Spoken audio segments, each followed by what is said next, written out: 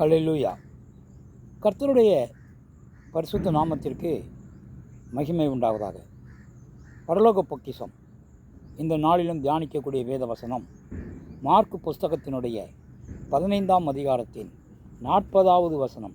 சில ஸ்திரீகளும் தூரத்திலிருந்து பார்த்து கொண்டிருந்தார்கள்.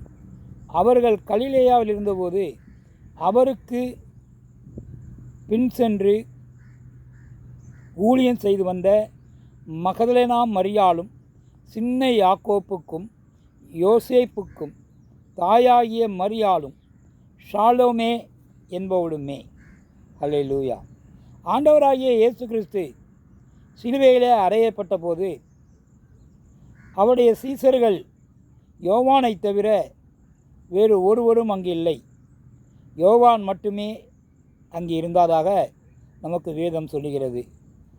அவர் யோவானை குறித்து தனக்கு அன்பான சீசன் என்று சொன்னது போல அவருடைய அன்பு அந்த நேரத்திலும் யோவான் காட்டியிருப்பதை நாம் இங்கே பார்க்கிறோம்.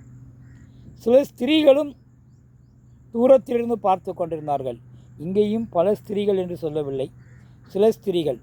அதுவும் யார் என்றால், அவரிடத்திலே கலிலேயாவில் இருந்தபோது அவரிடத்திலே ஊழியம் செய்கின்றவர்கள் சிலர் ஸ்திரீகள். அதிலே முக்கியமான ஒருவர் மகதலேனா மரியாள். அவர்களிடத்திலே ஆண்டவராகிய இயேசு கிறிஸ்து 7 பிசாசுகளை அவரிடத்திலிருந்து விரட்டியிருக்கிறார். மட்டுமே சாலமே என்பது செபெதேயுவின் மனைவி, யாக்கோப்பு யோவானினுடைய தாயாகும். மற்றும் அநேக ஸ்திரீகள் என்பது அவரோடு கூட ஊழியத்திலே இருந்த ஸ்திரீகள். ஒரு ஆபத்து என்று ஒருவனுக்கு வரும்போது, ஒரு இக்கட்டு சூழ்நிலை ஒருவனுக்கு வரும்போது, அவன் நண்பர்களால் கைவிடப்படுதலும் எதிரிகளால் துன்புறுத்தப்படும் போது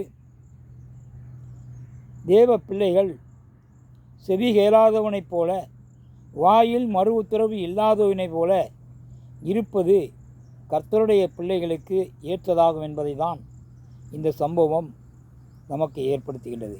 ஏனென்றால் ஆண்டவராகிய இயேசு கிறிஸ்துவுக்கும் இப்படிப்பட்ட ஒரு இக்கட்டு துன்பம் பாடுகள் வந்தபோது அவர் யார் எந்த கேள்வி கேட்டாலும் அவர்களுக்கு மறு உத்தரவு சொல்லாமல் அமைதியாக இருந்தார். ஆகவே இன்றைக்கு தேவ பிள்ளைகளாகிய நமக்கும் இதேபோல பாடுகள் உத்தரவுகள் கிறிஸ்துவின் நிமித்தம் நமக்கு வரும்போது நாம் யார் எதை கேட்டாலும் யார் என்ன சொன்னாலும் நாம் மறு உத்தரவு சொல்லாமல் கேளாதவனைப் போலவும் வாயை திறக்காமல் இருக்க வேண்டும். ஏனென்றால் சொற்களின் மிகுதியினால் பாவம் பறக்கும் என்பதை வேதம் நமக்கு உணர்த்தியிருக்கிறது. வேதத்திலே யாருக்கு இந்த நிலைமை ஏற்பட்டது என்றால், தாவீதுக்கு இந்த நிலைமை ஏற்பட்டதை நாம் பார்க்கின்றோம்.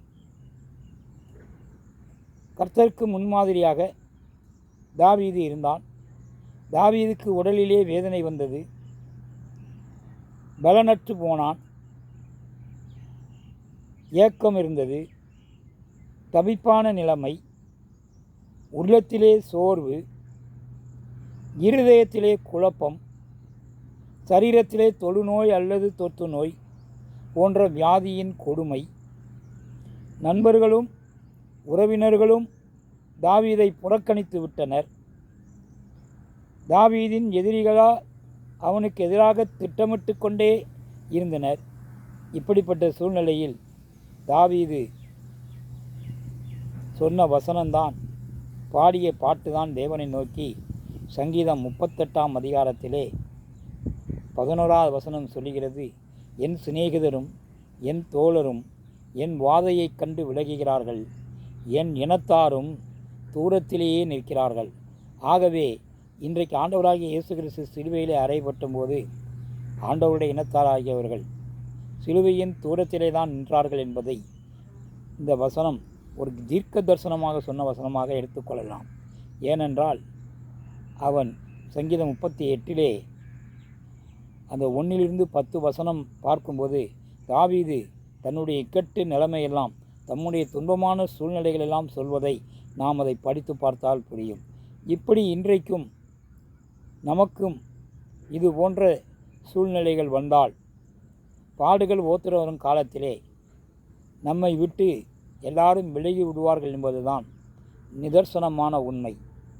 யாரும் நம்மை கவனிக்க மாட்டார்கள்.